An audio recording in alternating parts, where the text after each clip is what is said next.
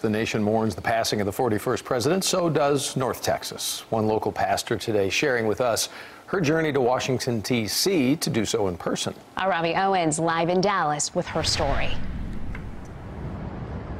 Well, Gilma and Doug, the passing of the former president has left many North Texans in a reflective mood this week, whether mourning the loss or celebrating his life. The senior pastor here tells me that she was so moved by just how the former president has lived his life after leaving office that she wanted to travel to the nation's capital to pay her respects in person.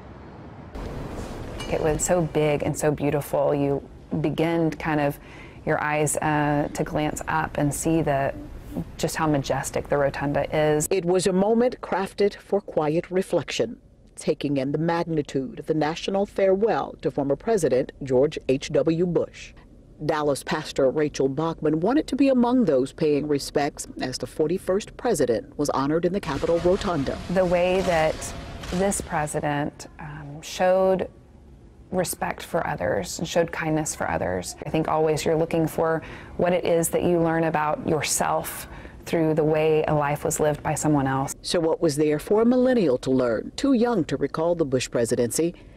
Pastor Bachman took her intern along for the trip, and SMU student Myra Morehouse tells me that it is Mr. Bush's impact on the present that made her pause. We get to kind of come in this moment and say yes, and affirm this unity that we're seeing of all different sides come together and mourn an incredible person in our history, regardless of whether you agree with them or not. I think we're hungry for that kind of leadership. You think about that person that you don't agree with, the one that you struggle the most to love.